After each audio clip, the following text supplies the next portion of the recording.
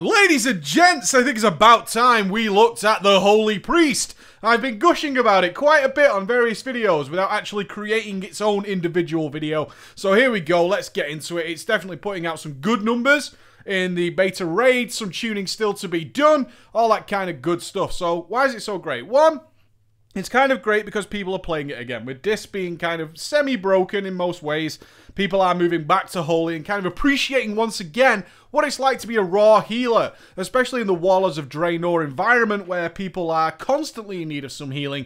People who are capable of putting out raw healing numbers are actually starting to shine again. It's something wonderful to see where we're not overly absorbing things and we're not just burst healing everything out of the window and we're all fighting for scraps of health to heal. It's always nice to see things like Echo of Light, which is our nice passive as a Holy Priest is actually doing something because it's not all just being stripped away as people are at top health. So all that is really working in Holy's favour to bring it back in. On top of that, I'm a firm believer that Holy has the best toolkit of any healer in the game. Most healers actually strive to try and reach something on par with the Holy Priest in terms of how different styles and different ways they can actually produce healing numbers and adapt to different situations. Having said that, some things have been stripped away. So as always, as this is a video that looks at both the good and the bad, we do that in every single thing. It is worth noting that some things have been changed, stripped away, broken down, and some people might not be too happy about that kind of stuff.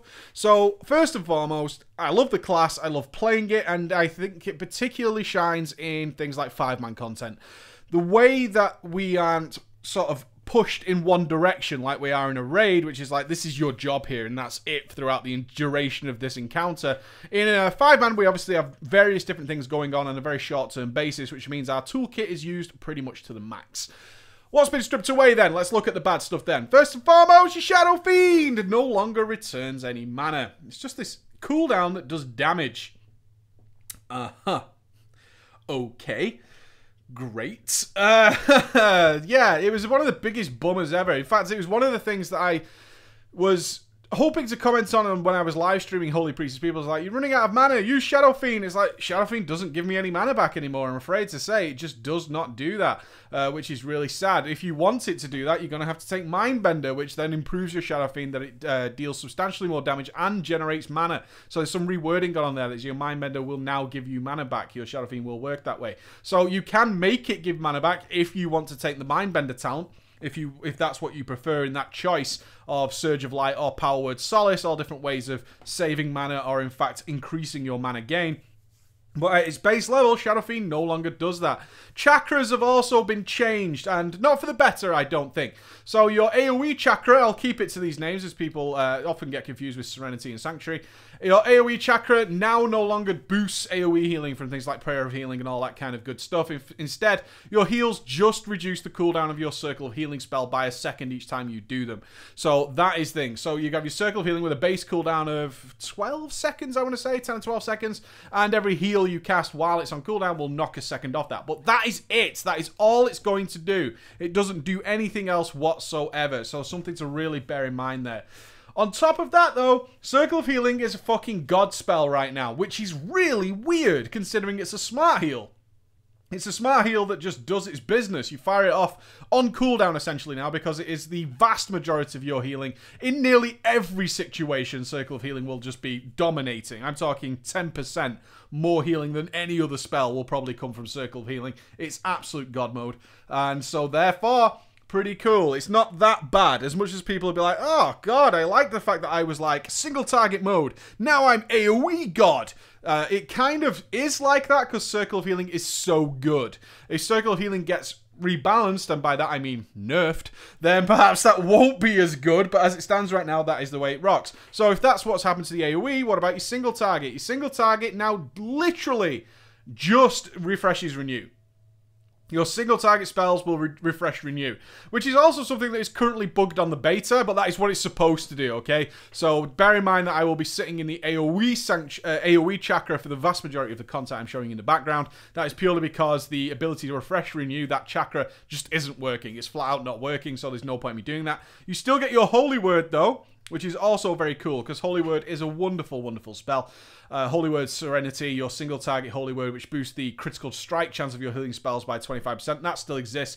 On the flip side, again though, if we go back into our AoE chakra, our Power Word, which is obviously the Sanctuary on the floor, it heals for so goddamn little. It's really weak. It's this... Really, it's such an odd thing is that our Power Word, while in single target, is actually very, very cool for single target. But our Power Word, when we switch over to what is supposed to be our AoE stance, is in fact extremely weak, and therefore it's barely ever worth casting, which is something to bear in mind as well, is that this has been stripped away completely. Moving on, let's talk about talents before we get into actual gameplay stuff. Our talents are still very, very cool. I particularly like Divine Insight, which is your heals have a chance for your Prayer of Mending not to trigger its cooldown and jump to each target instantly. Wonderful amount of healing, again, from that lovely toolkit. It's just another burst AoE coming out of us, similar to a Circle of Healing, which is very, very nice. But Power Infusion and Twist of Fate both have their place as well. Similar with the level 90s, haven't changed too much. You've got your Cascade, Divine Star, and Halo. It should be said, though, that these abilities are still... even without the bug, not refreshing renew anymore. So what we had previously was people able to sit in single target chakra, keep renews ticking all the time by things like Divine Star and our Cascade. Now you cannot do that, okay? That's not going to refresh the renews. It's single target only, something to bear in mind. Let's talk about level 100 talents. Now, Clarity of Purpose, I'll read these out because you guys might not know what they are. So, Clarity of Purpose is heals an ally for about 5,000, increased by up to 100% based on how injured the target is. Also heals 5 injured allies within 10 yards of the target for the same amount. Situationally, pretty cool. It replaces your Prayer of Healing. It must be said, though, Prayer of Healing is pretty garbage now, okay? Prayer of Healing is pretty garbage. It is so expensive and heals for so little. This does conform to the Warlords of Draenor style of healing, which is AoE healing is severely diminished. Circle of Healing is like an abomination. It's an absurdity, it's an anomaly, whatever you want to call it. It just is that way. I can't explain it. That's just the way it is. But Prayer of Healing is pretty garbage right now, okay? It will do its job, but it is very, very expensive. And as with most healers in Warlords of Draenor, rather than casting AoE heals, it seems to make more sense to use less expensive single target heals that are much quicker. So something like your Flash Heal on multiple targets and Binding Heal, all those kind of things are more beneficial. Which then means Clarity of Purpose does have a place. Okay, Clarity of Purpose then does have a place, but is considered at the moment weaker than the other choices. So something to bear in mind there, that it's situational. So if your tank constantly dips or your raid is very much dipping down, Clarity of Purpose can actually put out some reasonable healing. I had some little bit of fun with it in the 5-mans when the tank would take obscene damage. There are a lot more weaker players in the beta right now, which means there's a lot more opportunity to try and save people, which is actually quite cool for the content I produce for you guys. Words of Mending is one that I personally prefer. I really, really like Words of Mending. It's your healing and shielding spells, so that's any healing spell, gives you a stack of Word of Mending. And when you gain 10 stacks of Word of Mending, your next targeted heal or shielding spell casts a Prayer of Mending at it passively. Okay, so you get another Prayer of Mending firing out there. I will say, though, Prayer of Mending does not culminate in a lot of healing. If I'm looking through some of the logs I've got in front of me right now, my maximum hit on Prayer of Mending was actually 7k. Yeah, 7k. So that's a critical strike of 7k. So although it does that, Prayer of Mending itself is not great, guys. I'm sorry to say, Prayer of Mending is not great. And that's something to really bear in mind, that Prayer of Mending is not particularly powerful at all. So that is level 100 numbers, I believe. So about 7k. About item level 600. People are rocking around about 300k HP there on an average raid member, so it's something to really bear in mind there, that Prayer of Mending is not the best, although it is nice to see this wonderful little passive. Our other choice is Saving Grace. Now, Saving Grace is one of those spells that I've no doubt is going to get hammered into the fucking ground at some point, and that's for a number of reasons. One, it is very powerful if used correctly, and it has a drawback to it, which will mean people will use it incorrectly and then probably end up wiping a raid. So, Saving Grace, what does it do? It instantly heals a friendly target for about 43k. Yeah, 43k. Now, your big normal standard heal heals for about 22k. Duh.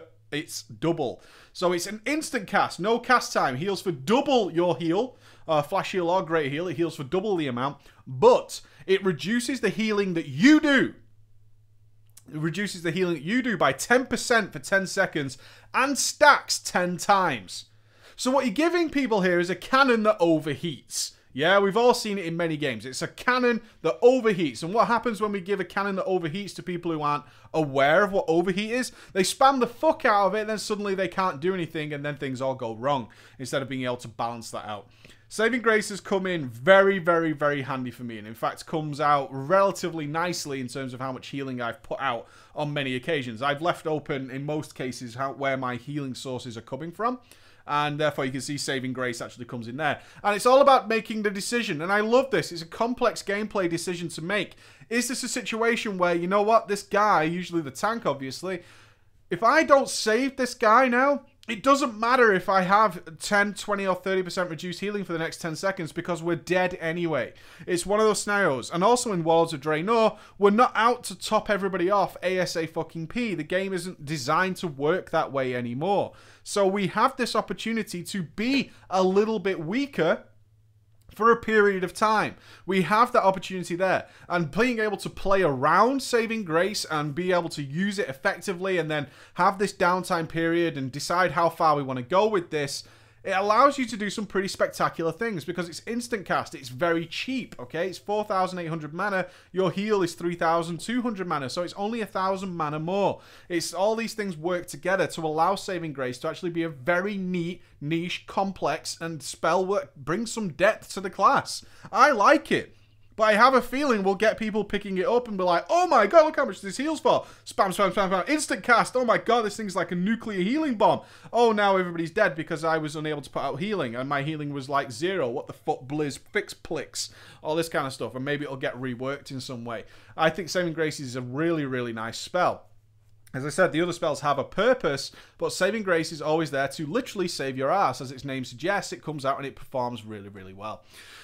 Gameplay-wise, how are they playing out? Now, this is where Holy Priests traditionally have fallen down because, as I said earlier, Holy Priests have a wonderful toolkit. We have so many different ways of healing people. We have a combination of spells that we can put out in various orders and that actually contribute to counter near enough everything an actual fight could throw at us. The problem is, when we get into a raid environment, we could essentially dispense with almost half our spells because they're not the efficient ones. Holy Priests have a certain amount of global cooldowns, just as everybody else does. And when you have spells like Circle of Healing, which is very, very powerful, Renew, which kind of works really well when it refreshes, all this kind of stuff coming in, there's very little point in casting anything else.